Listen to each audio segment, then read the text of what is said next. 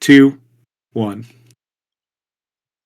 All right. Welcome back, everybody, to Will and Jerod Design a Game. I'm Will, conveniently enough, and I am from Gamenomicon. In fact, I am Gamenomicon. I'm the only member. And you may know me from games like Party First and One White Eye, and who knows, Lord of Terror might be out by the time you're listening to this. Jerod, how about yourself? Hey, I'm Jerod Leupold, and I am Paroxysm by Design. It's amazing the number of hats that you have to wear when doing your own company. Oh my goodness. Like, it's so much. Like, you know me from Goblin Market and doing some support work for Party First, but you notice those are all published under Gamenomicon, because that hat doesn't fit me yet. I do not know how to do the full publishing thing, but I am enjoying doing the writing and working on this. And together, Will and I are making a game. We are a game that is currently named Unity, and I think we've talked about that before. We've mentioned that that's been our kind of working title for right now, and It has been Unity now for, let's see now, we started this project, what, December, ballpark? yeah, Right around yeah, there for about 3 to 3.5 months until recently. yeah, and Unity, I think it's probably worth saying, as far as my recollection, it kind of came about very quickly after we kind of hit on the idea of Three Musketeers in space, and we were like, hey, what are some of the kind of key themes of the Three Musketeers? And of course, all for one, one for all. Oh, you can sum that up as one word: unity. Bingo. At Yep, least is that pretty accurate to how we got 100%. there? We were off and running. Like we said, Unity, and we're like, done. We'll never need another word again. Like we were. And so, like, what happened, like, because then I was like, all right, so we knew we wanted to use some sort of force type thing that we've since changed to essence, spark, and now maybe harmony thrown in there too. But I was thinking like unity would be the name of the all binding force, right? I really thought that was going to be the direction we were going with. So if you can't tell yet, what we're going to be talking about in this episode is naming conventions and what they mean to your game, and uh, words have power. Let's basically break it down that way. Sure.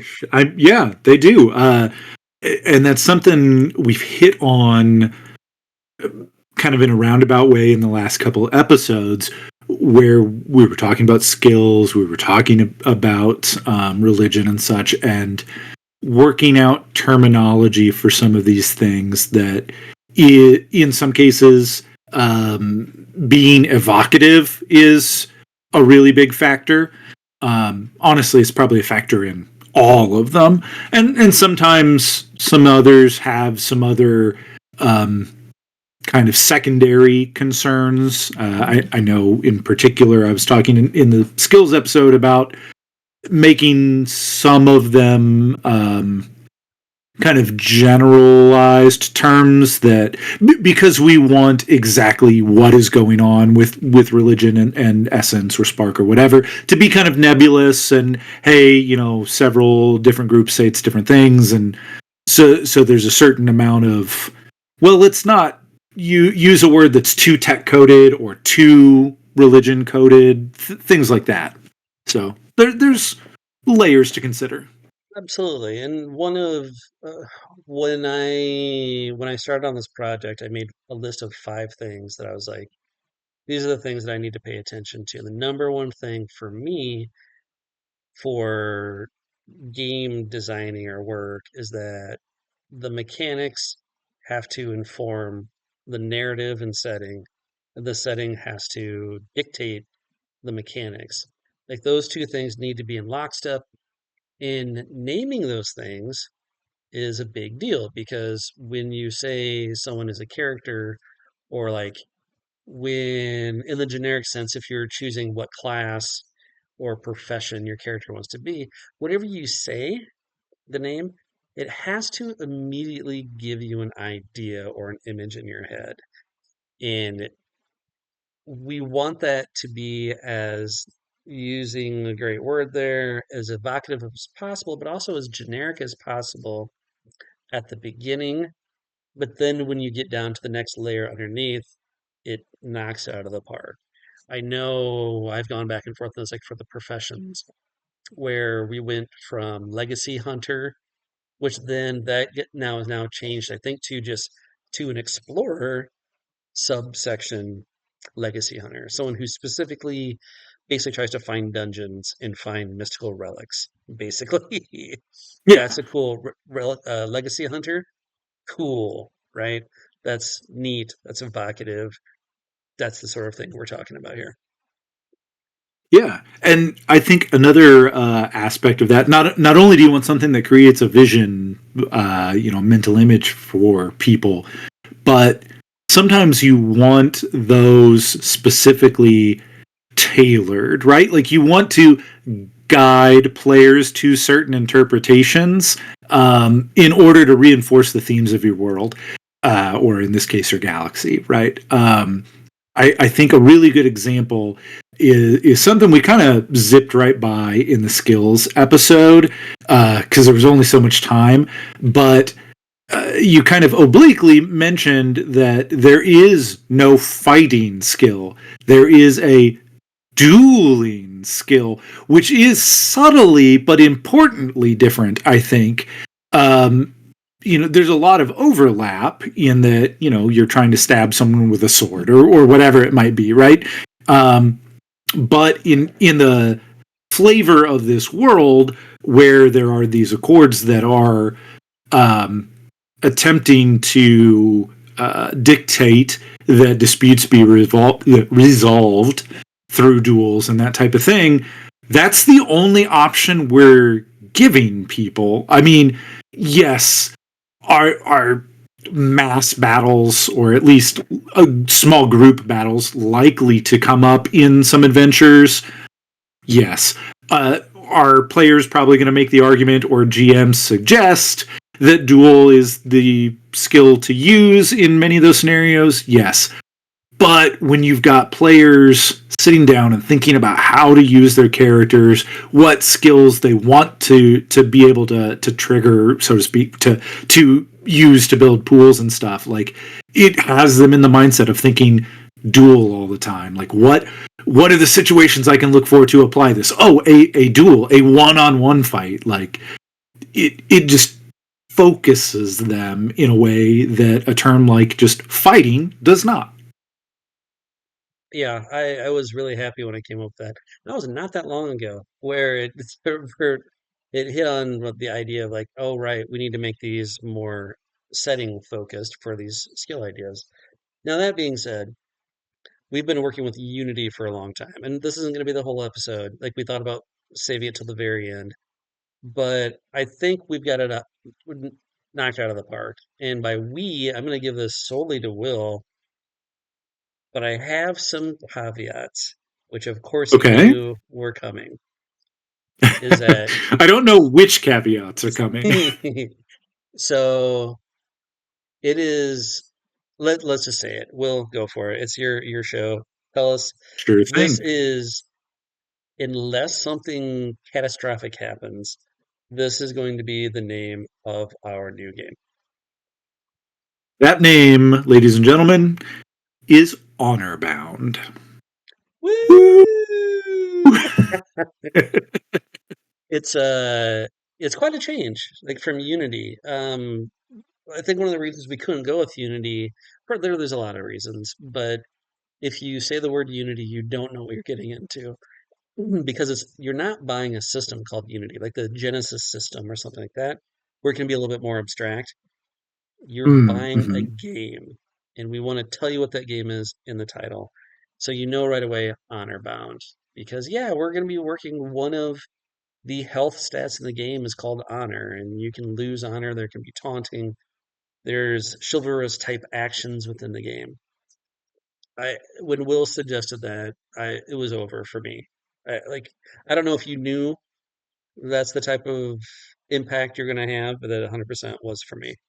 Yeah. No, that was just I forget how many, you probably had a dozen ideas listed already, and I was like, I'm gonna start recombining different things, and maybe I'll take the end of one of your other ones and I'll come up with a new, preface for it that you hadn't used yet. And I was throwing spaghetti out there. I don't know, we've probably got like 30 or so in names in the list Well, now, and here's honor bound just happened to be one of the combos I hit on that I was like, ooh, yeah, that sounds kind of cool to the ear, a little like over the top, but like in a good way.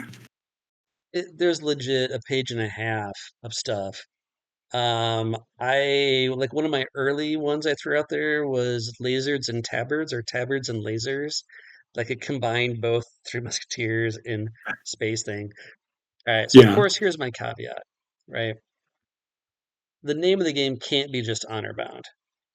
It just can't. Oh shucks. Okay. It has to be honor bound colon something that has something to do with space. Okay. Okay. I think. I think this is something we have to do. I Okay. love honor bound alone on its own, but I think if you leave it at honor bound, it's too much Three Musketeers. We're making a game about Three Musketeers in space. So in a recent naming jag, basically that I was going through, working through some different stuff, I came across the word saga, Mm-hmm. and that's what I want to use for the adventures. This is something that we talked about a long time ago with Party First about we're not going on adventures in Party First. We're going on Chronicles. Chronicles has fallen off the wayside. We're not using that, and I think actually we should just call it missions at this point, Mm, something like that. yeah. A little bit That's more. yeah, that's a different discussion I don't want to go too far Yeah, into, no, I but agree. I I think we agree. might have hamstrung ourselves by doing too much military and spy stuff lately.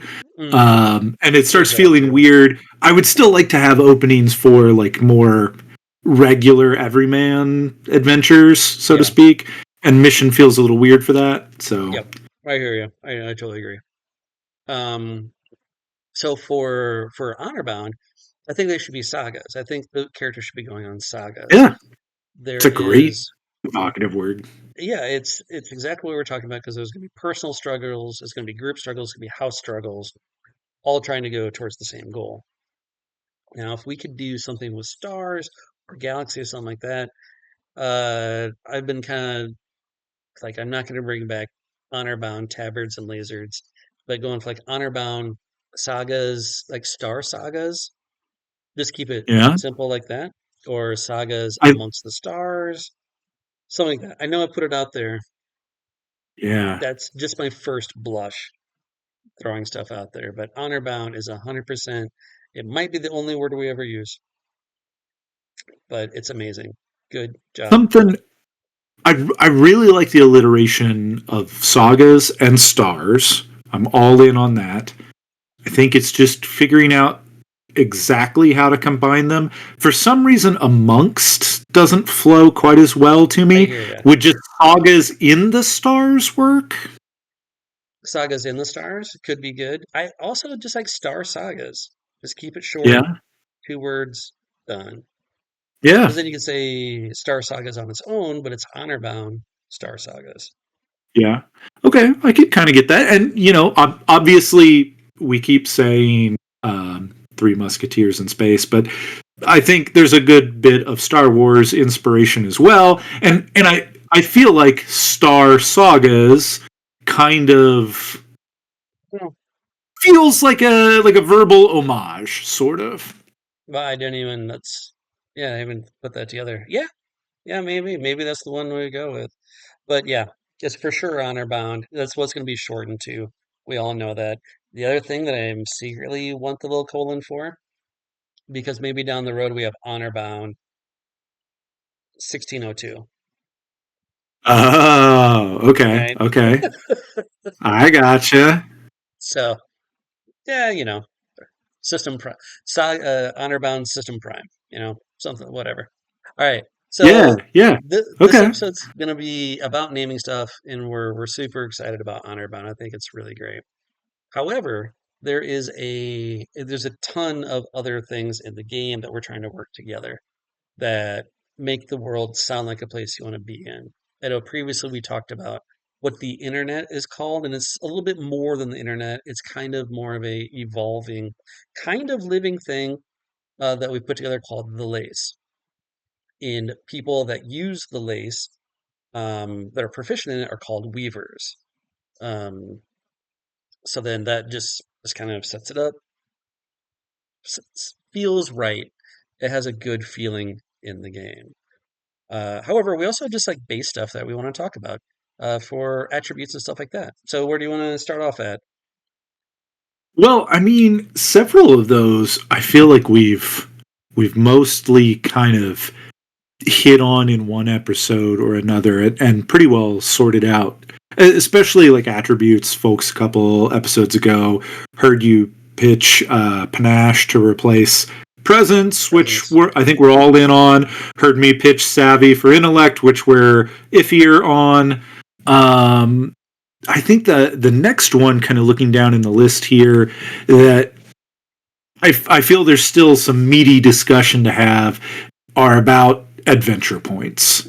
And Yeah. in the base SRD for the tension engine, adventure points are the player meta currency. In folks that have played Party First, they're party points over there. So I think it's already established that different games will want to name that something else to try to hook into the flavor of that particular setting. Yep. And to give people an idea of what adventure points are, is that Will's exactly right. It's a meta currency that players want to get. And in this game, you get them by performing chivalrous type activities. And then you can spend those adventure points to keep more dice, basically to do things better, right? You're Yeah, trying yeah, to get a higher pool in your die pool. And that's how yeah. you do In this by in spending adventure points. But we don't want adventure points. That's generic. Even though adventure points works really well in this setting. it does, and that's part of what I was like. Well, does it need changed? I'll tell you, a new idea to me just hit me. Okay. Um, because you mentioned not calling the let's say the pre-written story modules adventures in this game, but rather calling them sagas. The idea hits me: saga points. Ooh. Ooh. You I might have me. kind of love it. It just hit me, and I kind of love it. Especially if we put Saga in the title of the game. Yeah, It yeah, ties it all. Oh boy. Well, we have a new leader, Saga points. Um, yeah. boy. Yeah, I really like that. Is Now let me ask you this, because we have two types of meta currency in the game. We've pretty Right. much decided that there's the other meta currency we're calling unity points, which makes sense Mm-hmm. because you have to spend those to do group checks, right? Well, Also, yeah, if you yes, yeah. run out of unity points, um, there's certain things you can't trigger anymore. Your character doesn't die. The, the saga isn't over like it would be in Party First, but you get cut off from a supply of benefits and helpful things. Okay. So unity points still incredibly important to have. Um, would saga points be better than unity points? And the more I talk about it, I don't think so. Yeah, no, I still like Unity points for the group cohesion as a whole, Yeah. for the all for one kind of thing. I think having a name that really reflects that this is a group resource Yeah. is pretty important there. Yeah. Yep. The only thing I would throw out, which is a little bit sideways, is there's actually 3 meta currencies. There's also tension points for the Well, GM. Right. That's the GM stuff. But Yeah, absolutely. we decided to leave them as tension points at the And moment in the game. I know that I was the first person like, hey, we should maybe talk about maybe changing those. But I don't, as soon as I said that and I was going through some different words, I'm like, what are we doing here? Because it's called the wound by tension system. And I don't, there isn't any reason we should change Yeah. that because they're still being used the same way. Right. Yeah, and the GM, right, is still there to help move the narrative along in virtually any role playing game. And the name tension came about referring to narrative tension. I feel like that's such a standby kind of generalized concept to start with that it doesn't necessarily need tweaked for individual worlds, but you know, if somebody else wanted to for theirs, I'm not going to knock it. Yeah. Of course, it did occur to me. What if we call them conspiracy points? Uh, Like we already have well, conspiracies. I want to keep tension, yeah, but that would be a yeah. close. That would be a close runner-up. That, All right, but okay, that's fair. That's fair. let's get back to adventure points. Um, Yes. it was pardon me 1 second. All right, I had a bug or something. You. All right. Those elephant are getting you. Uh, so one of the things I had kind of settled on will points. That was another one of your ideas to throw it out there. I'm like, yeah, that makes sense because you're digging down deeper to do something. And then I came back around to another idea that was originally thrown out called virtue points.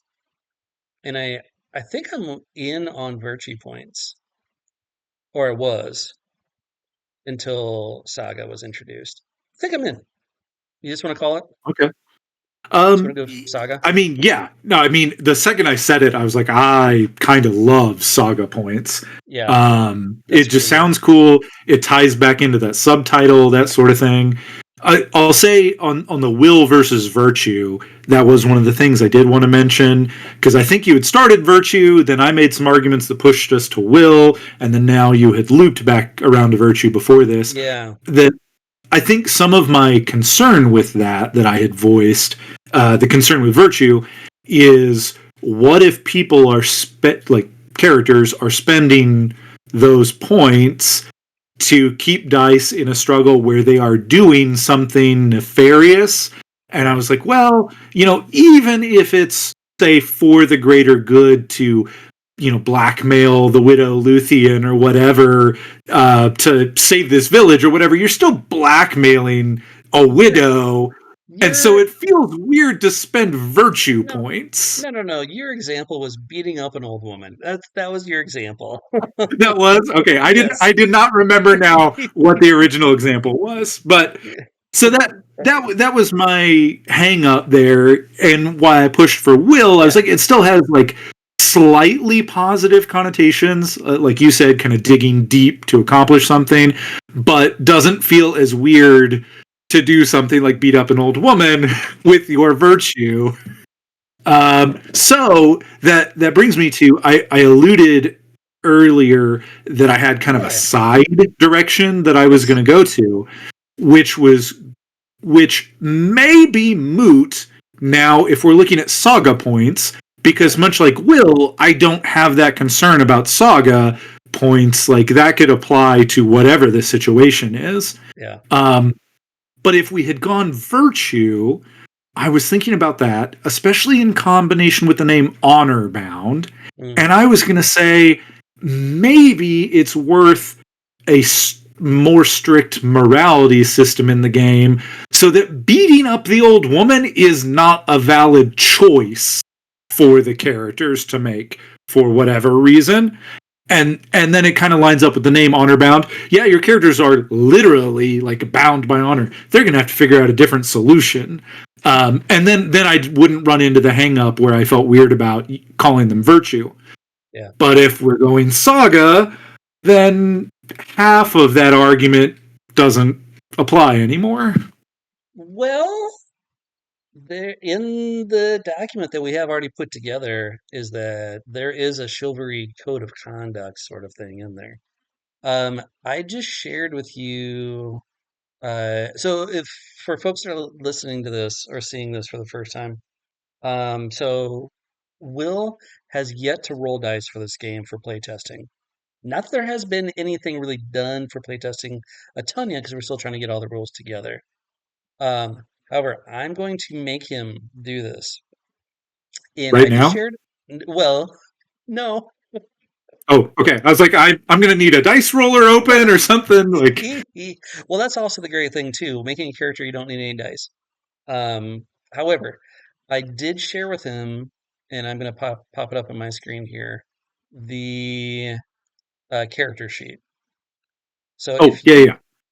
if you go to the printable character sheet that I shared with you, and then Uh, scroll down, there is a part that says how to gain will points, but get changed to um, how to gain saga okay, points. character printable. Okay, found it. Gotcha.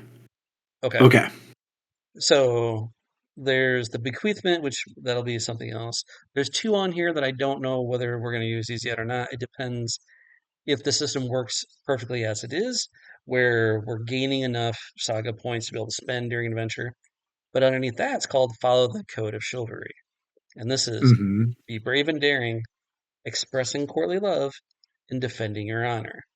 Okay? Yep. Doing those three things during the course of an adventure, you will gain a saga point. However, below that, it's called How to Lose Honor Points, which in this game, there's your health points and your honor points. If you ever hit zero in either one of those, you were removed from the scene. So, how to lose honor points: attacking an unarmed enemy, not defending the helpless, not accepting a righteous duel, and being careless with courtly love. Those will actually do damage to you Yeah. if you don't uphold those. Or you can just do them, take the damage, and just know that that's not part of the chivalry. And we need to tie that to the essence. For whatever reason, the Oh, essence okay. is into the idea of chivalry, or maybe not. That was Okay. something I just Okay. wanted it tied to. Um, Yeah. but it could just be society, the way society is built right now. You get dishonored more or less by doing these things. It is a broad stroke trying to emulate a little bit of the Three Musketeers stuff. Um,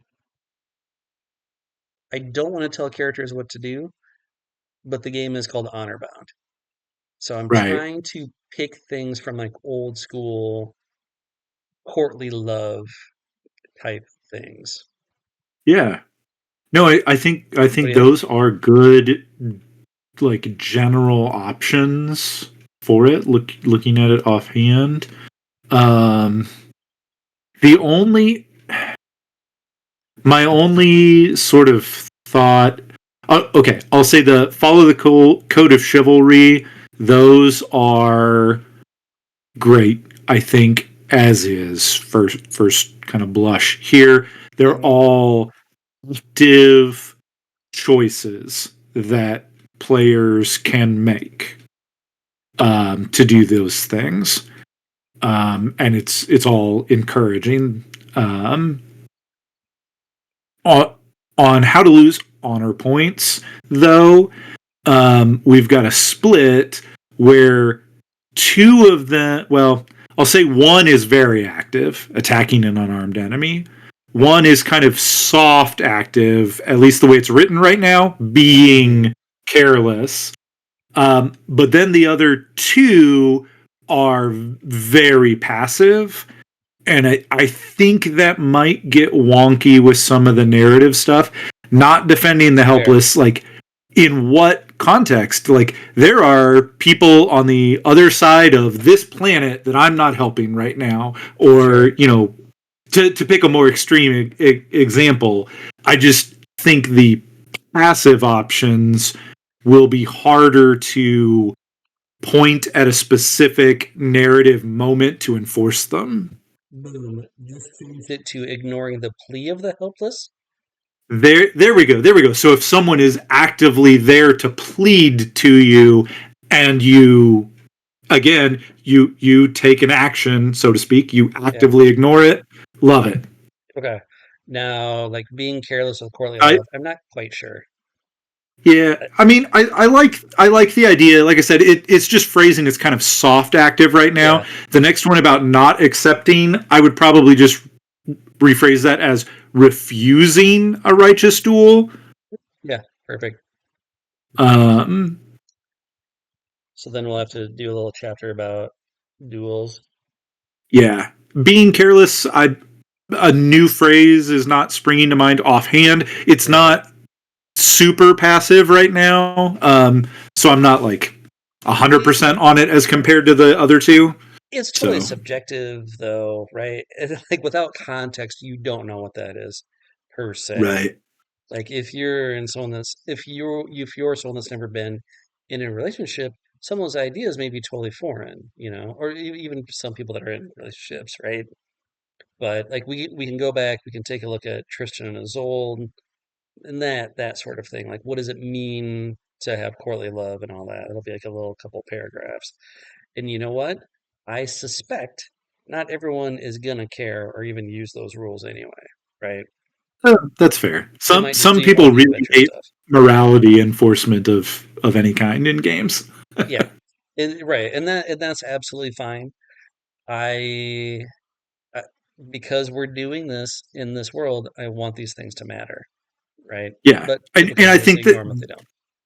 these items are very integrated with the flavor and kind of fluff of this type of world. It's just not just a generic, hey, GM, make sure you consider real world, morals and always be checking what your players do Yeah. versus that. Like this is a real like in universe list that's codified. It's not, just nebulous judgment calls. I mean, there's something to go on at least. Yeah. Yep. And I hope that helps. I hope that also broadens the role playing applications of it too. Because if I'm a GM and I see like ignoring a plea for help, like you have to do it in a way that they have the time to be able to help, you know? Right, But it right. also Yeah, has to you be don't want to somewhat gotcha. yeah. But you also want it to be somewhat questionable at times. So they have to ask, like, well, wait a minute. And maybe just take that honor hit. Like, no, dude, I'm not doing that. Like, Yeah, yeah. I've got bigger fish to fry. If I stop to help you, the cardinal gets away. yeah.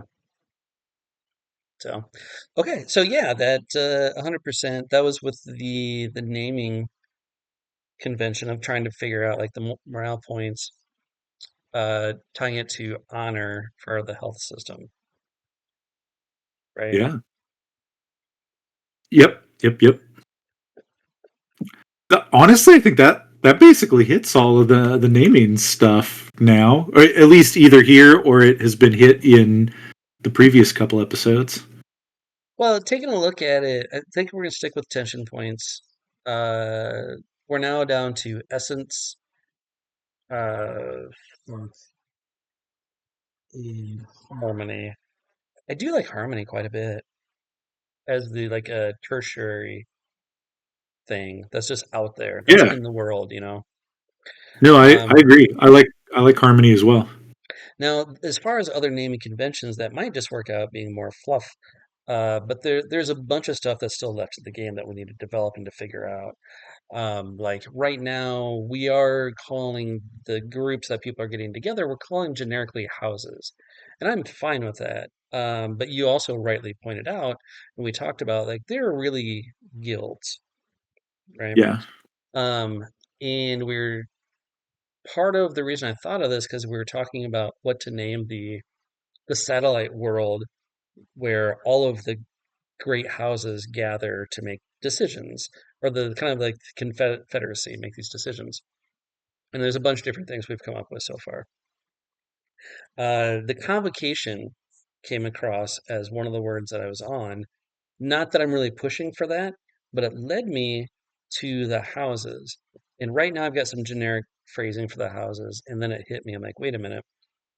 I really want to use the word covenant for each house. So all the players get together to serve this house. Okay. They've agreed to this covenant of the house for Okay. both what the goals of it are, because they actually want to help this house. They want to be part of this house to do these, to accomplish these goals, and that's going to be part of their covenant. Does that sound too religiously or too handcuffy in being part of the house? Because you can leave the house whenever you want. Yeah, I mean, I don't think it sounds too religiously. I'm used to thinking of covenants in a bunch of different contexts, just as an agreement. So I think I'm okay with that. As far as too handcuffy, I I think maybe my thought with that would be if it's essentially just a fluff item that, yeah, all of these houses have their covenants that people have to sign on to and agree to whatever, and that's just kind of it, then that doesn't feel very handcuffy. You're using it, but I admit you're not doing much with it. If we're literally like spelling out a different list of rules for every faction, then similar to the chivalry stuff that we just looked at for characters, then yes, maybe that gets kind of handcuffy, because now you're handcuffed with both your character morality and your house covenant. Like, so there's what, 3 positives and 4 negatives already on the character, so that's 7 items. Right. 7. Then I can't, if a house adds another 3 at a minimum, if you were bothering to write them up. Now you're at 10 restrictions.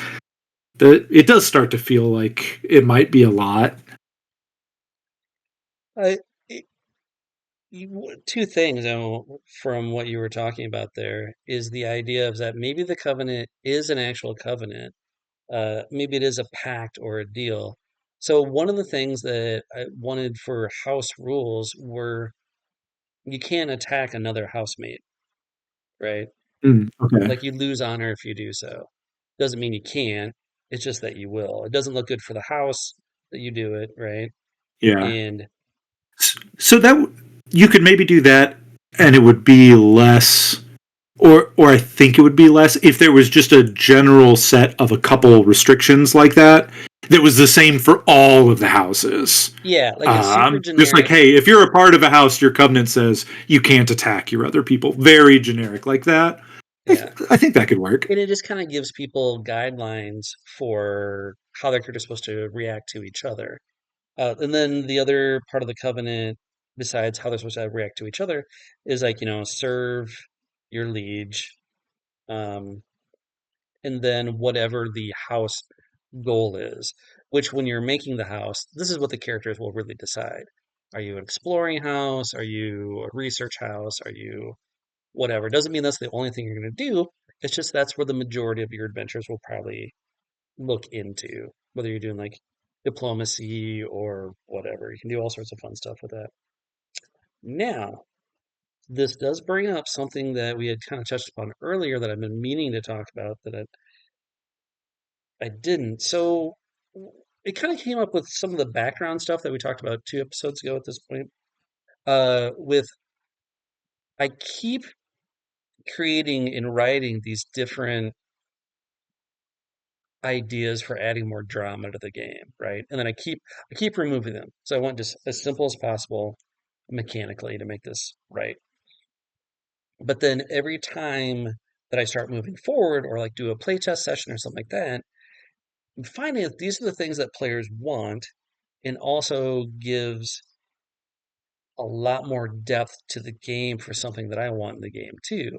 And that is drama, right? I think how it's going to work out is that because of the covenant of the house, they can't attack each other. But that means we can make relationships within the house. They can be very contentious, knowing, well, hopefully, knock on wood, knowing that it won't come to bloodshed. Yeah. I guess that might be a question that pops to mind. does that literally mean they can't attack them in a way that would harm health? Or would it also mean they can't taunt each other because that would be an attack against their honor? So this is a great question. And if you cross the covenant, right, you get banned from the house or kicked out of the house, what does that mean? Are you just out of the game? Mm-hmm. Um, I think, I mean, obviously killing, right? No bueno, can't do that. That's out. Dishonoring or wounding your fellow person, doesn't it have to be like not on purpose? Like you can't do it at all?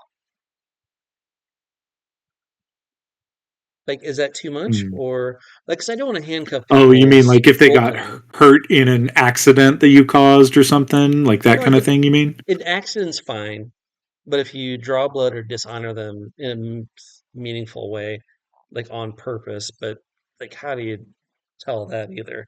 I don't Yeah. know. Versus, oh, you're meaning like if you man in the iron mask them Right, to go with something else that's musketeer adjacent. You're like, well, right. you didn't hurt them, but you did cage them away and make sure that no one knew their identity, and left them there for their whole life. I mean, that's frowny behavior, right? We probably shouldn't have that. But Yeah, yeah. mechanically, does this have any place in the game? Do we need this at all? The reason I'm bringing this up is because of the drama type stuff we're getting into.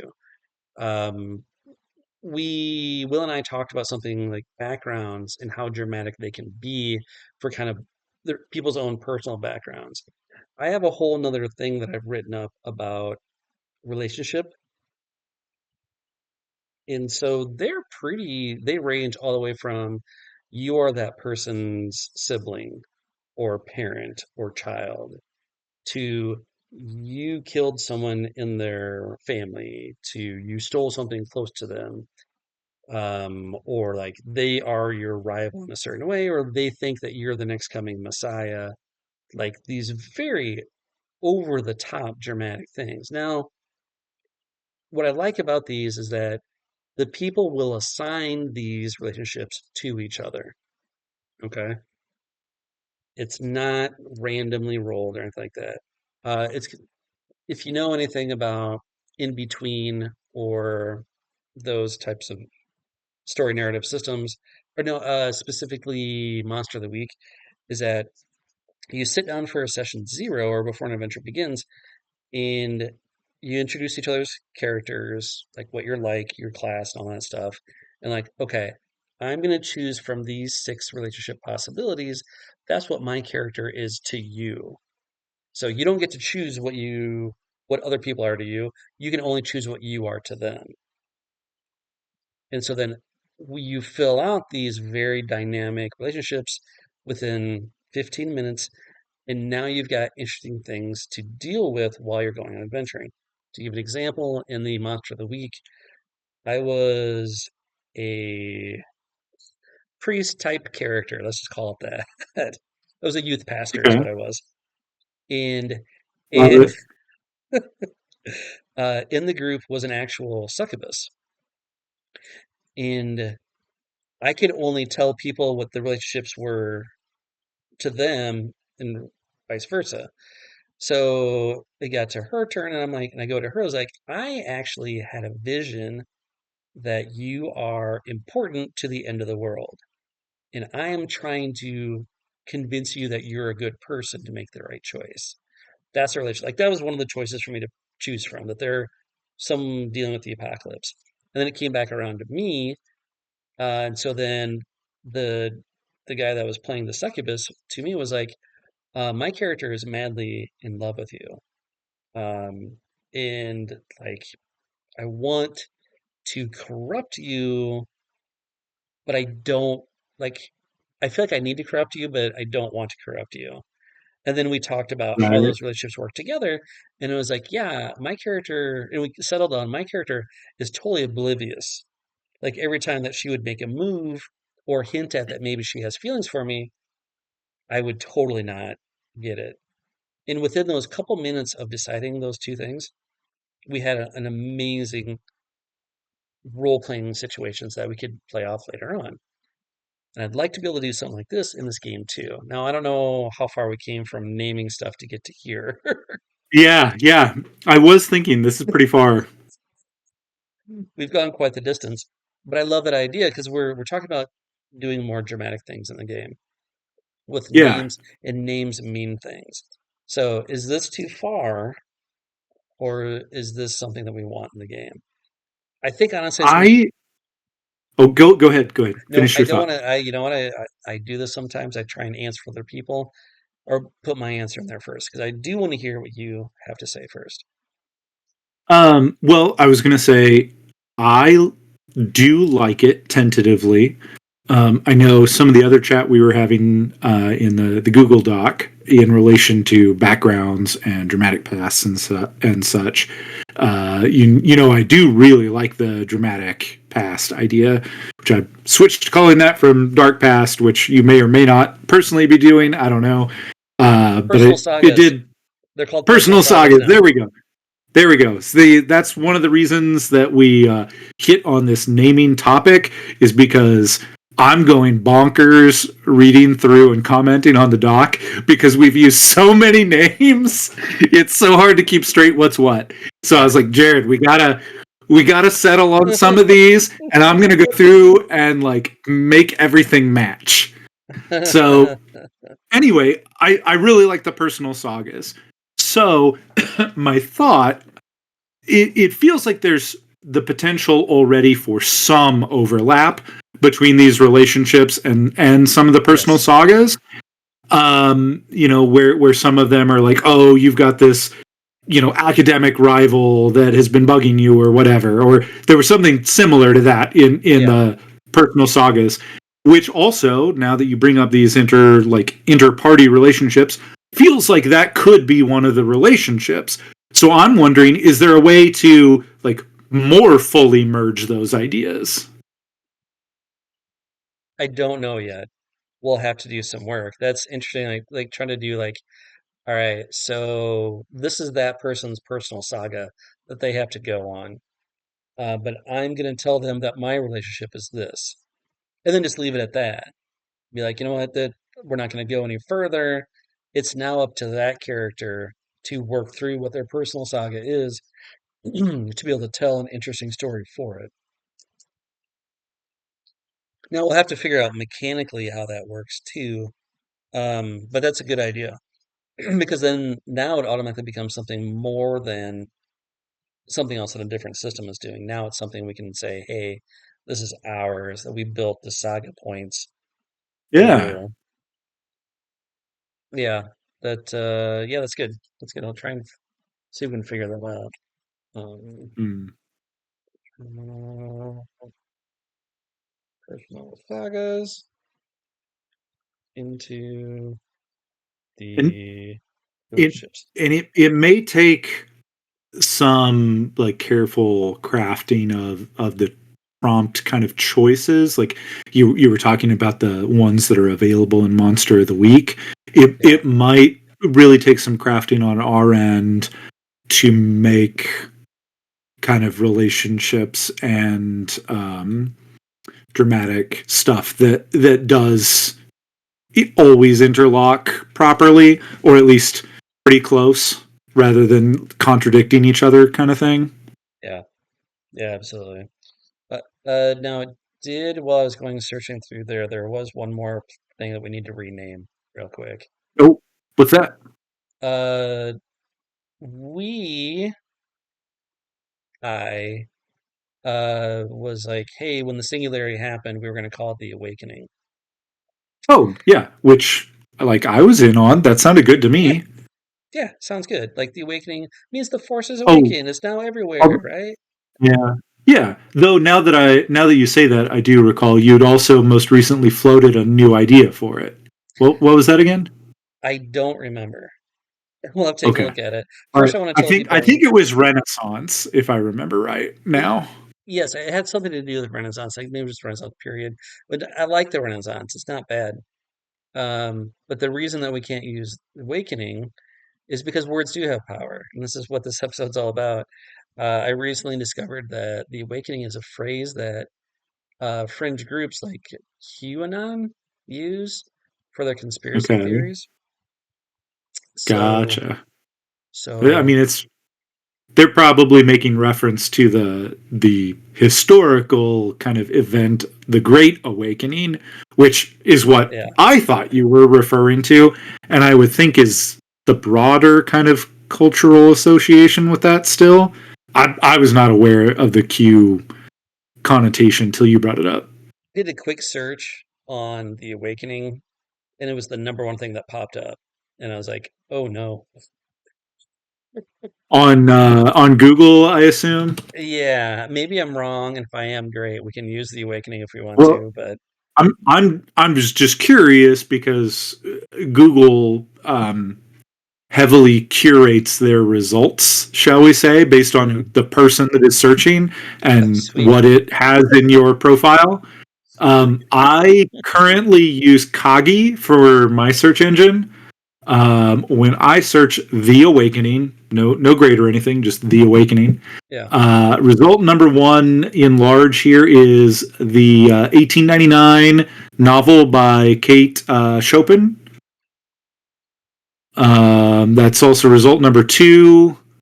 Result number three. Um, then there's a I Kate film on Chopin is my first one IMDb. too. Ugh. Yeah, I'm getting so Then many of those now. there's the Awakening Tribe, which I don't know. I think it's some kind of New Age religious group. All right, The Goodreads entry for the Awakening. I wish I could put in there. Um, does the awakening Spiritual mean? Awakening. Some band named The Awakening with a new double album called The Passage Remains.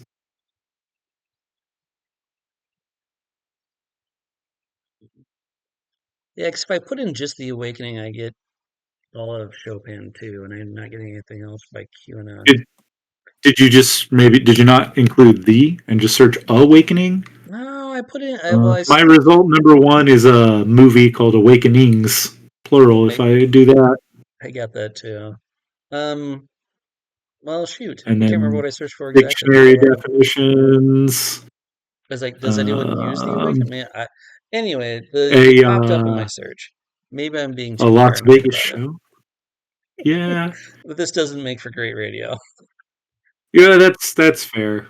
I'm notorious for that. Hey, let's go down this rabbit hole and search for it right now on air. Uh, So the well awakening. then, What do you think? Can we use it or not use it? I'm leaning towards we can use it. Okay. I'm double checking on Bing search to see if I get anything very different there. The novel, our results one and three. The movie was result two. Here's a bunch more like Spark Notes type stuff about the novel. Yeah, all of page one is basically the novel and one about the movie. Mhm. So Yeah. Okay. I'm I'll and work it. who goes past page one in a search at this point? That's also Uh, true. That's also true. yeah, All right. See, there you go. Don't go past the first page, and we should be fine about anything. yeah. Well, I feel good. I'm And excited about doing these, going through well, so just to let you know, it is spring break right now. So I'm gonna have my kiddo for the next week. yeah, So getting anything written is gonna be a little bit tough.